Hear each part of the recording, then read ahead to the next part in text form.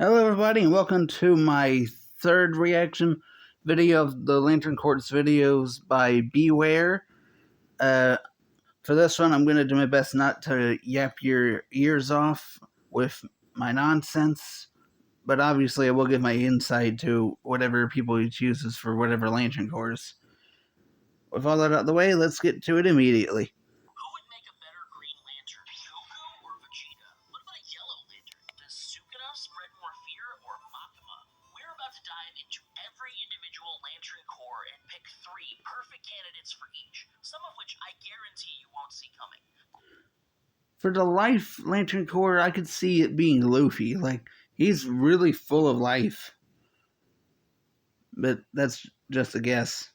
Be sure to stick around to the end. I'll even be picking out members of the White Lantern Corps who can bend time, space, and even reality. You're not going to want to miss it. Let's start at the top of the spectrum with the Red Lanterns. Powered by the red light of the emotional spectrum, the Red Lantern Corps utilize the power of rage, the violent, burning anger inside their hearts, to power their rings and make them stronger. Also, quick note, if there's something you guys want me to react to, put it down below and I'll check it out. And look forward to some new reactions, because I'm going to be reacting to Team Fortress 2 fan-made stuff. Red Lanterns have all the basic powers of a lantern: high-speed flight, enhanced strength, and the ability to create light constructs that project from their rings. What makes the Red Rings stand out is the Blood Pact. The leader of the Red Lanterns, Atrocitus, forged their power battery using alien blood magics, and everyone who put on a Red Lantern ring has their blood permanently transformed into a burning plasma that no longer pumps from their heart, but is instead pumped by the ring itself.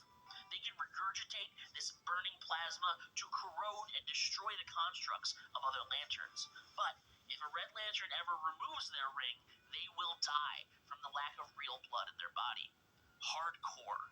So, who would be a good pick? Yeah, it is hardcore and I love it. For a Red Lantern, we want characters that are violent, malevolent, fueled by their rage to the point of being self-destructive. They need to be willing. I've been watching Baki, and I feel like at least one character from that show would be perfect for a Red Lantern ring. To give up everything in service of demolishing that which they hate. My first pick is Broly from Dragon Ball Super. Even for When he said Broly, I didn't know which Broly he was going to pick, either Super or Z Broly, but either one fits that quota. birth, he always had a terrifying shadow self tied to this incredible battle power, an unending rage always bubbling just beneath the surface. And after the death of Paragus, his father, this rage was uncontrollable, to the point that Broly would have obliterated the planet and likely died himself if he wasn't beaten by Gogeta and wished away somewhere peaceful. My next choice, someone who would also make a pretty good green or even yellow lantern, is Eren Yeager from Attack on Titan. Look, I barely know anything about Attack on Titan. I just know a couple memes. I tried watching it. I could not get into it. Not that it's not interesting. It's just, Was born broken, with a need to topple walls, crush enemies, and conquer empires. His hatred for others, his rage against oppression, it was so powerful that it transcended time and generations. Eren even has a crazy death wish and regularly destroys his own body just to get what he wants. The boiling blood of a Red Lantern ring wouldn't bother him in the slightest. In fact, he would embrace it. Finally, I believe Dabi from My Hero Academia is a... yeah, because he despises his dad, who, in Dobby's defense, is a giant flaming piece of shit. But yeah, he would definitely fit, especially with the whole fire quirk. great pick for the Red Lantern Corps. Other than the fact that his blue fire would look sick contrasted against the burning red blood, he has harbored a hatred for his father his entire life, literally burning up his own body and destroying the whole world if he has to, just to express his unyielding rage. Dobby never cared about what would happen to him or any of the poor victims that got in his way, as long as he got to topple Endeavor in the process. Dobby is perfect for our final Red Lantern. Moving on, the Orange Lantern Corps is not really a core. The Orange Light... Yep, it's just one person, and they can make constructs of all the former bearers of the ring, which is super cool and unique. One of avarice or greed. Those with an Orange Lantern ring are overwhelmed by how much everything needs to belong to them and only them. Instead of an entire army of people wielding Orange Lantern rings, one person wears the Orange Lantern ring. Their special ability of Orange Light is that they have at their side a light construct of every single previous wielder of the Orange ring. Essentially, wearing this makes you a one-man army of lanterns, completely dedicated to finding and owning as much as you can possibly get your hands on. Technically, there have been multiple orange rings that can be worn, but whoever wears one basically never shares. That's kind of the point. I'll be sticking to 3 possible Orange Lantern candidates, but know that technically only one of them would be able to wear the ring at a time.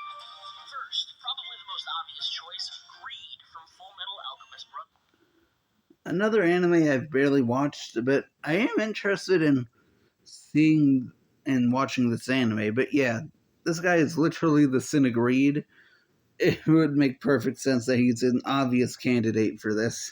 Other than the fact that his name is literally greed, this homunculus is also the embodiment of the sin. He wants to own everything, and even makes his deal with Ling because it might lead him to being an emperor with vast swaths of money and resources.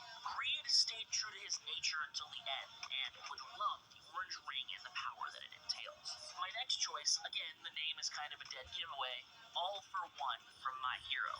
Oh, I honestly didn't really think of All for One, but yeah, like he does have a lot of quirks, and I think he like searches out for more. That's what I'm guessing. I don't know. He'll explain it. The legendary supervillain whose entire quirk revolves around stealing other people's quirks for himself, All for One is the epitome of self-serving. He only ever helps others as a way of manipulating them into being his pawns, viewing all quirks as his toys to play with. Even other people's bodies are his to invade and control. The only person All for One ever cared about, his little brother, it was a twisted love built on control and ownership. AFO is a perfect Orange Lantern.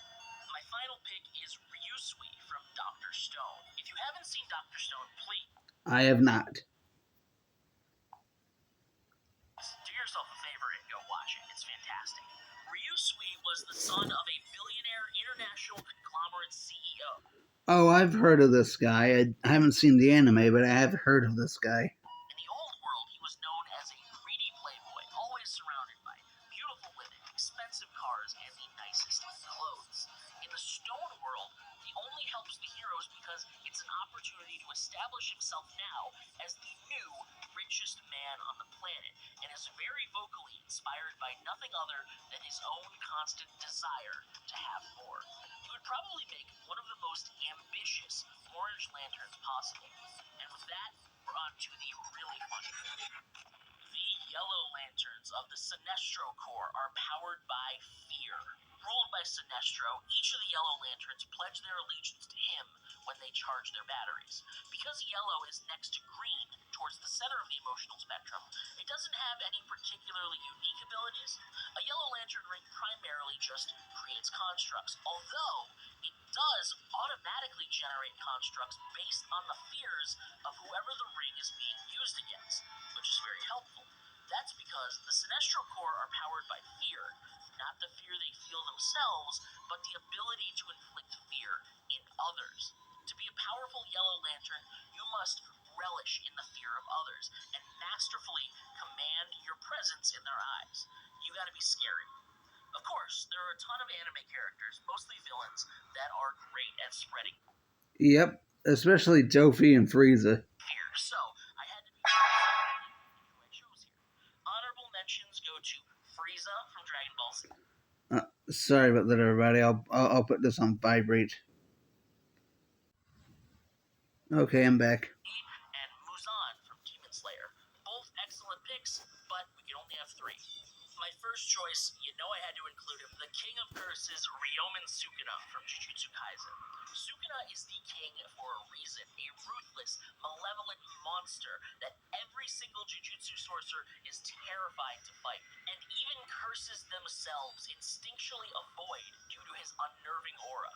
Sukuna often uses his frightening presence to toy with people, like when he made the sorcerers in Shibuya wait, frozen in place, while Jogo's meteor was hurtling down towards them.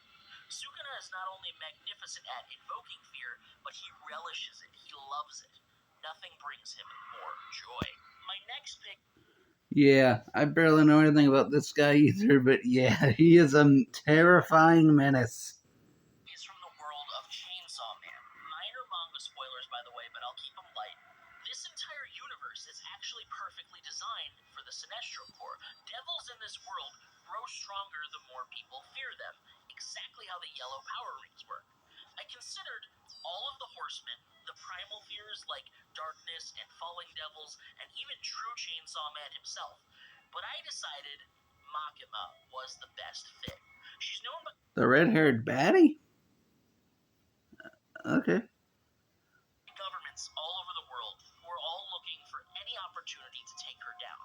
Random thugs recognize that she has terrifying powers and choose to run as soon as she gets involved in a conflict. And even when she went to negotiate with the Yakuza, she instilled fear into an entire room of badass gangsters without lifting a finger or using a single devil power. Makima is horrifying and would be an incredible Yellow Lantern. Although, she would also make a great Star Sapphire. My final submission for the Sinestro Corps is Dio Brando of Joe. Yeah, I was thinking Dio. Plus, he already wears yellow as his primary colors, so it wouldn't be that far off to just give him that ring. Joe's Bizarre Adventure. This multi-generational terror that harnessed both vampiric power and the strongest stand in the world. Part 3 is... In the world. Also, side note, I love that Sartorius from Yu-Gi-Oh! GX, his Japanese VA is the same as Dio, and I love that so much. all about finding some way to kill him before he decides to start doing anything. He's that scary. Even brave-hearted warriors like Abdul instinctually flee from his presence. Dio is not only heartless, but his vampire powers let him toy with living beings, melding animals together into disgusting chimera, Making a mom-eater baby? turning people into man-eating zombies. His stand, the world, makes it appear like he can teleport or defeat you without even moving. Even his henchmen are afraid of him, like Darby, who was so frightened that he had a hysteric breakdown just at the idea of betraying his master. Dio radiates fear. Luckily, to become a Green Lantern, you must harness your willpower and overcome great fear. The Green Lantern Corps are the primary force in the universe that uses the emotional spectrum. They're stationed on the planet Oa and serve as the peacekeepers of the cosmos. Green Lanterns use the strength of will, one's ability to push through pain, discomfort, confusion, and fear, and keep moving forward. For this reason, the Green Lantern ring is really well suited for most anime protagonists. Just off the dome, Yuji of Jujutsu Kaisen is a scrappy fighter. He never gives up, even when dealing with intense emotional and physical trauma. Deku from MHA often fights with enough force to break his own limbs multiple times. Yeah, his tear ducts are like a faucet, but he would be a good Green Lantern. In a row, both would make great Green Lanterns, but I think there are better picks for the cream of the crop. Speaking of, Naruto's Might Guy, the Leaf Village's noble green beast, is a perfect Green Lantern. Born with a very low affinity for chakra control, he instead chose to relentlessly train his physical body, pushing his strength well beyond the limits of humanity to become a complete monster. He even mastered mastered the 8 inner gates, and in his fight with Madara was shattering his bones with every movement and chose to simply fight through the pain.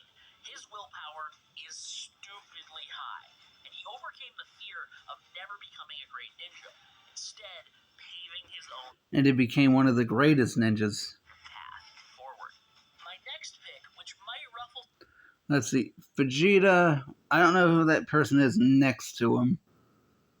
Plus, Vegeta was in the thumbnail, so. some feathers, is Prince Vegeta from Dragon Ball. Now, if we're being honest, most characters from Dragon Ball would make incredible Green Lanterns, but the reason I picked Vegeta instead of Goku or even Gohan is because Vegeta has more specific, ridiculous feats of willpower. His first Yeah, like overcoming Babdi's mind control with his own will and pride. was when he was being mind controlled by Babdi's Majin magic, but just That was Bibbidi, not Babdi. Wrong person. That you and bleh. I keep tripping over my own words. You guys know what I mean. decided not to be, forcing his body to keep control. And then later in Dragon Ball Super, Vegeta unlocked the Ultra Ego transformation, which gets stronger as he takes more damage. He has to literally force his body not to dodge incoming attacks, force himself to get hurt so he can get stronger in the middle of a fight. This is the ultimate statement of will, the exact opposite of Goku's Ultra Instinct, where he empties the body of will. Vegeta just never gives up, even when he probably should. He's easily the cockiest of the Z Fighters, but that's a trait he shares with both Hal Jordan and Guy Gardner, both exceptional Green Lanterns. Vegeta is the obvious choice. Lastly, the definitive anime character for the Green Lantern Corps, Simone the Digger from Gurren Lagann. Simone is I've vaguely heard of that anime. It's like mech suits, right? easily the most Yeah. powerful character I'll mention in this entire video, and that's all due to his spiral power, the internal force of human nature, willpower, that he cultivates over the course of his adventure, lifting him up from a little boy stuck digging underground to the hero of the universe, fist fighting an evil god. Simone is the GOAT. He is the embodiment of willpower. He even has enough will to choose to limit his own abilities so he doesn't disrupt the natural order of the universe. Even if it means bringing his beloved dead friends back to life, he chooses to stop himself. No one does it like Simone. Please watch Gurren Lagann if you haven't already. But that tangent aside, I mean, just hearing that makes me want to watch it. I just wanted to take a quick second to say thank you for watching. If you'd like Yeah, thank you guys for watching. And if you want, subscribe to Beware and to me for more content. It's really appreciated, and it makes me happy to know that there's people that like the cringe that I post. to see more content like this, please drop a like below, let me know your thoughts down in those comments, and subscribe. That keeps the algorithm happy, and hey, one of us deserves to be happy. And besides, you can always unsub later if you change your mind. Now, on to the next color. The Blue Lantern Corps, powered by Hope, are essentially the inverse of the Sinestro Corps. Instead of weakening green rings, they supercharge them, as Hope enables you to double down on your will. Blue Lanterns are actually the strongest of all 7 traditional ring colors, but there is a catch. On their own, blue rings can only be used for defense and flight. Their powers are only fully activated when a Green Lantern is nearby. Hope may empower will, but Hope is also inert without the will to act on it. Super cool stuff. All that said, Yeah, the Blue Lantern Corps is like one of my all-time favorites. Blue Lanterns are powered by Hope, both the hopefulness inside your heart and your ability to inspire hope in others. My first pick for a Blue Lantern is the symbol of peace himself, Yeah, he's literally the symbol of hope. It makes sense that All Might would have a ring. All Might from MHA. All Might is quite literally a beacon of hope. His catchphrase, I am here, it's a call Oh! Ha ha! I am here! That's my best All Might impression. To everyone in danger, don't be afraid, have hope, because I am here to help. Beyond that, he always presses forward, even when his sidekick Night Eye, who can see the future, tells him that he'll die a gruesome death. All Might decides to keep fighting anyway. As it turns out, the quirk, One for All, even holds the power to change fate, to change that future. What is more hopeful than changing the future that was supposedly set in stone? Side note, in this scenario, I would give Deku a Green Lantern ring, meaning that the two of them are most powerful when they work together. Next up is Alphonse Elric. Now, I know he's like the little brother of the main character guy whose name I don't know, but like because of alchemy, his soul is like in this suit. My knowledge of that is very limited. Suit of armor from Full Metal Alchemist Brotherhood. While most people have a choice to be hopeful, it was a necessity for Alphonse. After losing his body and having his soul sealed inside a suit of metal armor, he had no more sensations. He couldn't feel or eat or sleep, and there was no end to this existence in sight. His only choice was to trust in his brother Edward and hold out hope that one day he could return to humanity, that one day he could feel the sun shine on his face again. And even though he was a child, Al never gave in to despair. The body horror, the cosmic horror, not even the regular old everyday horror, none of it was enough to break his spirit. Al would make an exceptional Blue Lantern and perfectly accentuate Edward as a Green Lantern. Finally, Tanjiro from Demon Slayer would be my final choice for the Blue. Again, never seen Demon Slayer. There's a lot of cool animes on here that I've never seen that I wish I could watch. Lantern Corps. To be honest, he's equally qualified to be a Green Lantern. Tanjiro has a limitless well of both will and hope, but I choose to focus on his hope. Even after losing most of his family to demons, after his sister was transformed into a demon, something that everyone told him could never be reversed, he never gave up on the chance that he could find a normal life for her. Tanjiro is constantly beat down by malicious monsters and always holds his head high and pushes forward with the hope that he can build a better world. Also, Nezuko, who has to constantly fight against her demonic nature and refuses to eat another person, would make a great Green Lantern for another fantastic blue and green pair. Moving on, we have the Indigo Tribe. Since there's already a decent amount of MHA characters, maybe Shigaraki, because he wasn't in the Yellow Lantern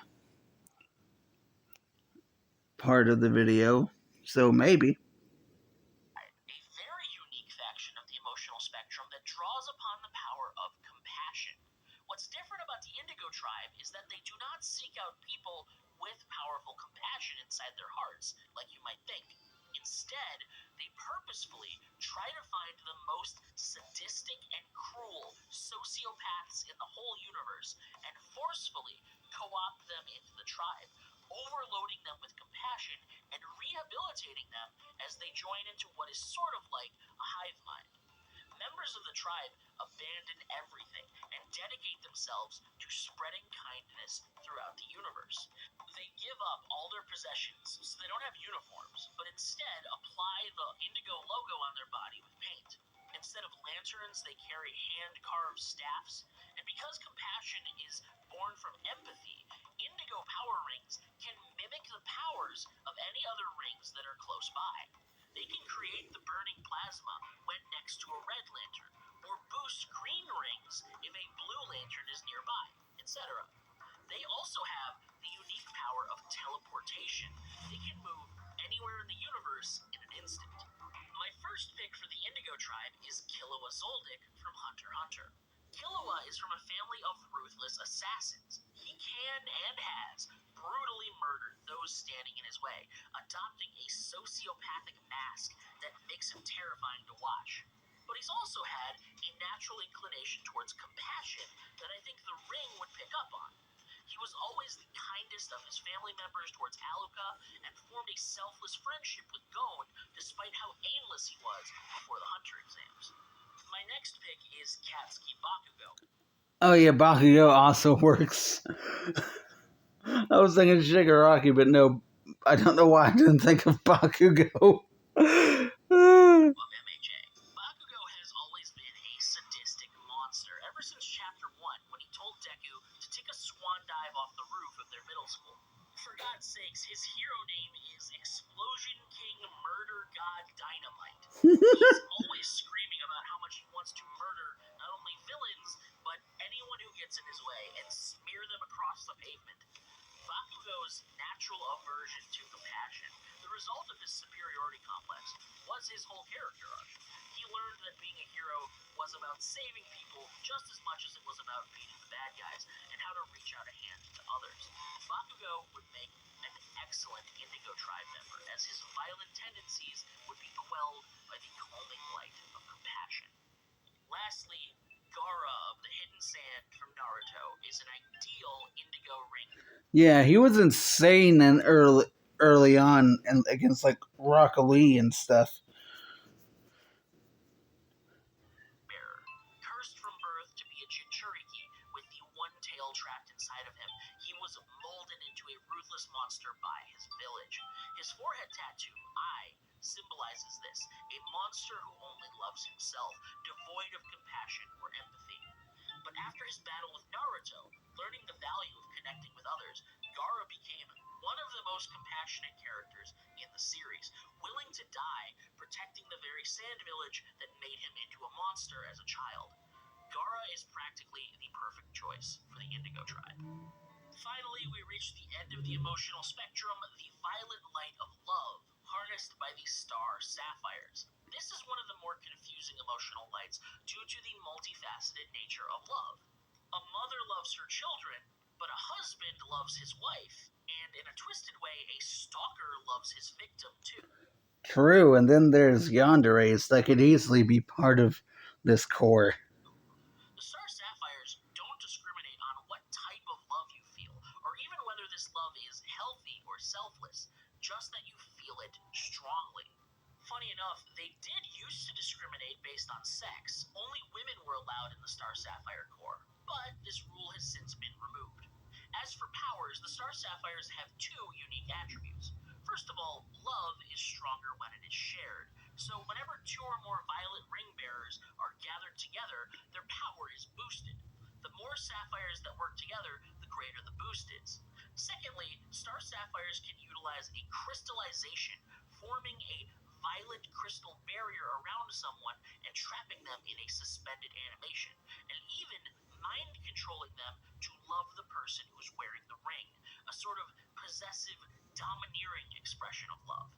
Now, very similar to how a lot of shonen protagonists would be great Green Lanterns, and a lot of villains would make fantastic Yellow Lanterns, most shonen love interests fall into the Star Sapphire True. category super easily. Just off the dome, Sakura, Hinata, Orihime, Uraraka. Yep. I could go on for a while. I'll try to take it a little further than shallow girl character who's in love with the main character in order to keep it interesting. But yes, if someone pops into your head here, she'd probably be a good Star Sapphire. Oh, definitely Boa Hancock from One Piece with her love for Luffy. 100% that bitch. Our first Star Sapphire is Mikasa Ackerman from Attack on Titan. Ever since the day Eren saved her from the human traffickers and wrapped his scarf around her neck, Mikasa has dedicated herself completely to him, to keep him safe, to stay by his side however she could make it work. And ultimately, Mikasa was a perfect allegory for Ymir, who loved King Fritz so much she never left his servitude. Mikasa spent the entire series letting Eren develop into a monster because she never dared challenge him. When she was finally able to overcome her love for him to save the entire world, she still spent the rest of her life holding on to his memory. Mikasa's love is incredibly powerful. She would make an excellent Star Sapphire. My second... Was she kissing his severed head? What the hell happens there? Pick is Princess Tsunade, the fifth Hokage from Naruto. Tsunade's younger life was filled with love for both her little brother and her husband Dan, both of which were taken from her in the Third Great Ninja War. Without their love in her life, Tsunade lost all will to carry on, becoming a drunken gambling addict. But when Naruto reminded her of how much she used to love them, she overcame her fear and rose up to be the fifth Hokage, now rekindling her love and refocusing it onto the Leaf Village as its protector. And even if she never said it out loud, I personally believe that she loved Jiraiya as well. True, I think she was like really upset at his funeral too. For my last pick, I am going with... Oh, I can already know who that is. It's Sanji. Of course it would be Sanji. Like, him and Brock fall in love with basically any woman that they meet. Smoke Sanji, the black-leg chef of the Straw Hats. Most people would probably pick Boa Hancock from One Piece, but I think Yeah, that's what I was thinking. I didn't even think of Sanji, but it should have been a given. Sanji is a better choice for Star Sapphire for two reasons. First, his love extends to literally all women, and it's genuine enough that it affects his behavior, how he treats all of them in all of his interactions. Hancock only has love for one person. And the second reason I chose Sanji is really funny. I think he would be... Yeah, it's hilarious. Like, imagine him flying everywhere with that ring and him just being himself. The most obnoxious Star Sapphire, he would annoy the hell out of all the other members with his constant fawning, but he'd unironically be extremely powerful and wield the violet light with ease. Now that we've covered the entire emotional spectrum, this is the point where I guess I should explain the ultraviolet core. Instead of physical power rings, ultraviolet rings appear on the finger of the wielder like a tattoo, and membership in the core is spread like a virus, infecting those in close proximity to an ultraviolet lantern. Hot take here, I think the ultraviolet lanterns are stupid. The idea of an unseen color being powered by hidden emotions, that's really cool. Yeah, it sounds cool, but to me it also sounds confusing. Like, don't get me wrong, like, that's really cool, but I prefer the regular lanterns, I'll be honest. Also, speaking of which, I'm just gonna skip to black. The Black Lanterns of Death represent darkness, a complete lack of the emotional spectrum you can only experience when you are cut off from life itself. Black Lanterns are terrifying emissaries of the underworld. To become a Black Lantern, you must be dead or have died at some point. You rise from the grave, essentially becoming a zombie, obsessed with spreading the Black Lantern's plague by touching other dead bodies and eating the hearts of the living.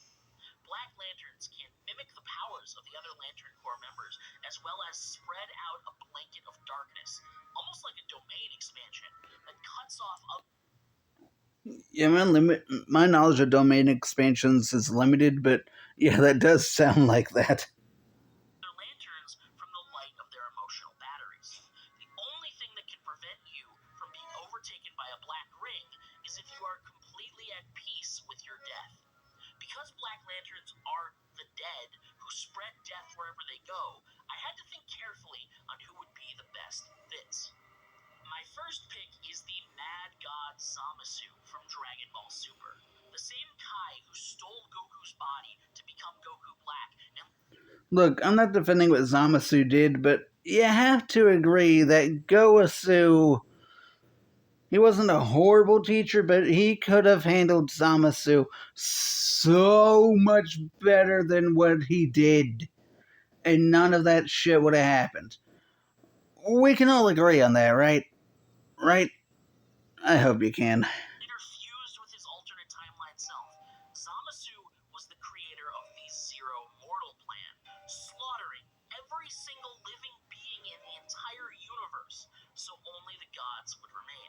Zamasu even wished for immortality with his Kai body, with the Dragon Balls, but because he was fused with a non-immortal Goku Black, his body began to deteriorate, forever trapped in between life and death. Who else could understand the black power of death any better than him? My second pick for Black Lantern is Light Yagami, Kira from Death Note. Light Hold on, let me... death. Who else could understand... One, Light is a good fit. Also, two, where and when did this guy get a scythe? Black power of death any better than him? My second pick for Black Lantern is Light Yagami. Like, that looks like a scythe made of gold. It looks awesome, man. Kira from Death Note. Light is a sociopath with a god complex, not unlike Zamasu, who dedicates his life to unending murder, killing as many of the world's criminals as possible to create a global utopia. Light may be alive for the entirety of the series, but his companion Ryuk is a Shinigami, a god of death. And we know Light is no stranger to Faustian bargains. He would very likely jump on the chance to become a Black Lantern. To be undead means he would never have to worry about his reign as Kira ending.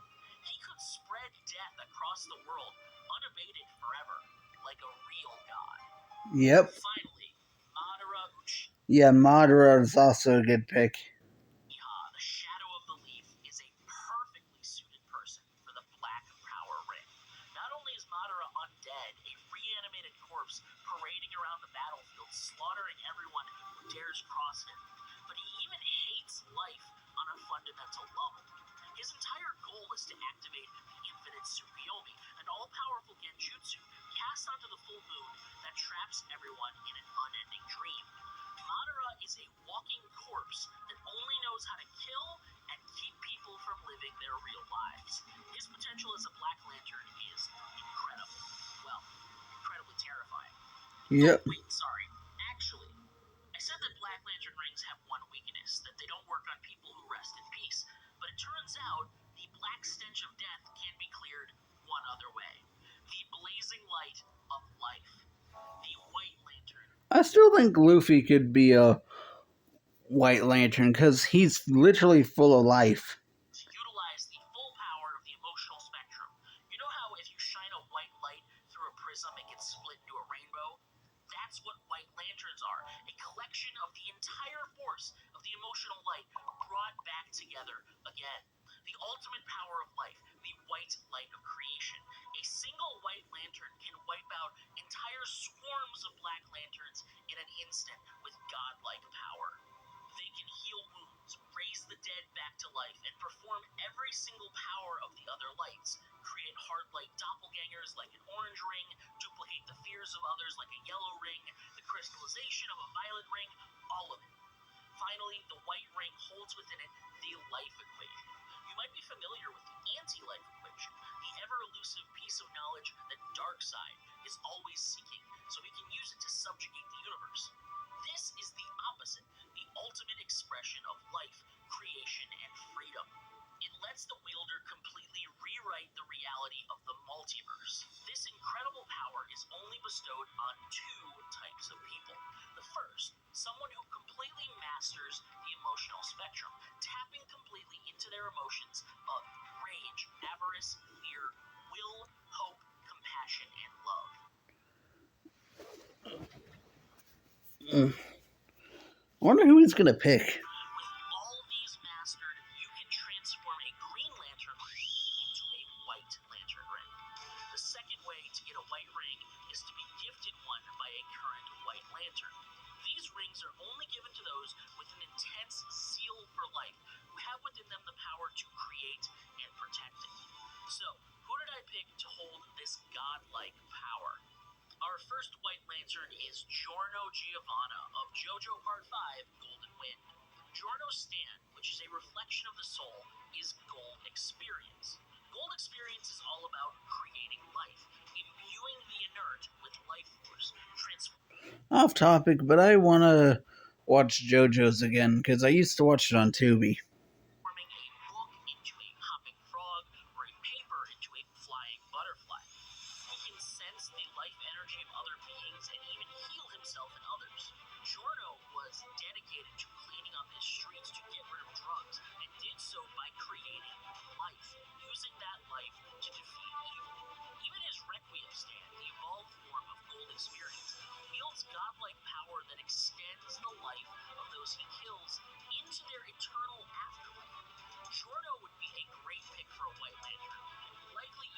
some insight into the basis of the life equation. My second pick for a White Lantern is Violet Evergarden, titular character from the Netflix series. Violet is a superhuman. Yeah, I've heard of her before. She was like a metaphorical or literal killing machine that, through her travels, learned all different emotions from other people. Discovered as a young girl and used as an emotionless weapon to slaughter enemies in a brutal war. But after her time as a soldier ended, she finally entered into society and was given the chance to discover her free will. Her job as a letter writer led her all around the world, discovering humanity, listening to the stories of others, and interpreting their words into impactful prose. Violet, over multiple years, grew from an empty shell of a person with no emotions, a weapon, no emotional intelligence, to the most sought-after writer in the entire nation. She learned to master every single emotion from everyone she encountered, and even confronted her own feelings that had been buried for so long, including the intense guilt of all the lives she had taken during the war. The story of Violet's emotional awakening is not only one of the most beautiful anime I've ever seen, but it perfectly Yeah, it sounds gorgeous. It really does. mirrors the journey of a White Lantern in mastering the entire emotional spectrum. Finally, my favorite pick for the White Lantern Corps, Captain of the Straw Hat. Well, someone better pick up that phone, 'cause I fucking called it. Pirates Monkey D. Luffy. Luffy perfectly embodies the endless zeal for life, the unstoppable joy of creation, the very essence of freedom incarnate in a single man. Luffy's entire journey across the Grand Line is one of liberation, vanquishing tyranny and oppression, the tenets of anti-life, all while exhibiting a zest for adventure unmatched by any character I can think of. Luffy is such a spot-on pick for the White Lanterns. Just look at Gear 5. His final form. Yeah, his final form's literally all white, and he feels so free and full of life itself. Where he's overcome with joy, cloaked in white, and gains the ability to manipulate the world around him, he's halfway to being a White Lantern already. Which, now that I think about it, is really fitting. Alright, everybody, I hope you enjoyed. Subscribe to Beware and me, and look forward to some new reaction videos and stuff coming soon.